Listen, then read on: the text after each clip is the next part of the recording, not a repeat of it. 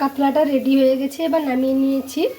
যারা অফিস যান তাদের এসে রান্না বান্না করতে হয়। এটা চটজলদি এবং ইউনিক রেসিপি, অনবদ্য রেসিপি। একবার করে খেয়ে দেখবেন, খেতে খুব টেস্টি লাগে। এই সিজনে করবেন, যেহেতু কমলা লেবুর সিজনেই করাটা ভালো। হ্যালো বন্ধুরা, আপনারা সব কেমন আছেন? আশা করি ভালো আছেন। স্মিতা কিচেনে আপনাদের স্বাগত জানাই। আজ বানাবো কাতলা মাছের কমলা কাতলা বানাবো। এখন তো কমলার সিজন, কমলা লেবুর সিজন, তাই আমি কমলা কাতলা বানাবো। ওই জন্য মাছগুলো ভালো করে ধুয়ে বেছে নিয়েছি, দিয়ে নুন হলুদ মেখে, নুন হলুদ আর সামান্য একটু লঙ্কা গুঁড়ো মেখে আধ ঘন্টার জন্য আমি রেখে দিয়েছিলাম।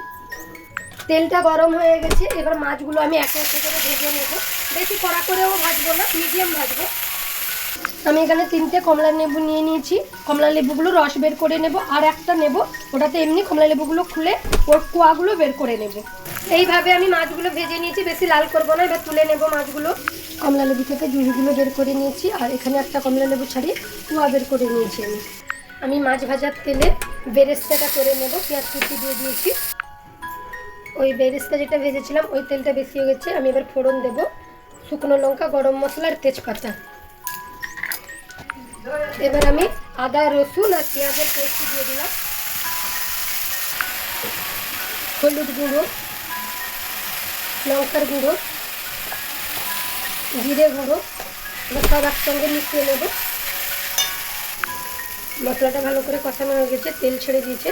এবার যে কমলা লেবুর জুসটা বের করে রেখেছিলাম ওটা এবার দিয়ে দিলাম, যে মশলার সঙ্গে ভালো করে নেড়ে নেব। সুন্দর একটা স্মেল উঠেছে। এবারে আমি গরম জল করে রেখেছিলাম, গরম জলটা ঢেলে দিলাম।